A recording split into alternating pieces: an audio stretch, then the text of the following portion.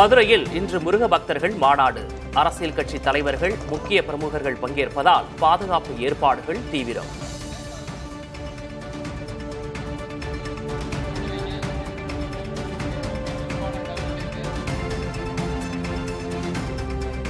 முருக பக்தர்கள் மாநாட்டையொட்டி மதுரையில் பல்வேறு இடங்களில் போக்குவரத்து மாற்றம்.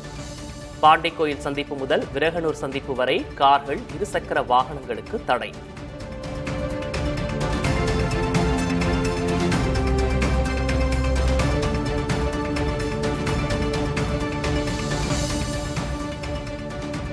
சமூக நீதியை விரும்பாத வகுப்புவாத சக்திகள் திமுக மீது பாய்வதாக முதல்வர் மு.க.ஸ்டாலின் விமர்சனம்.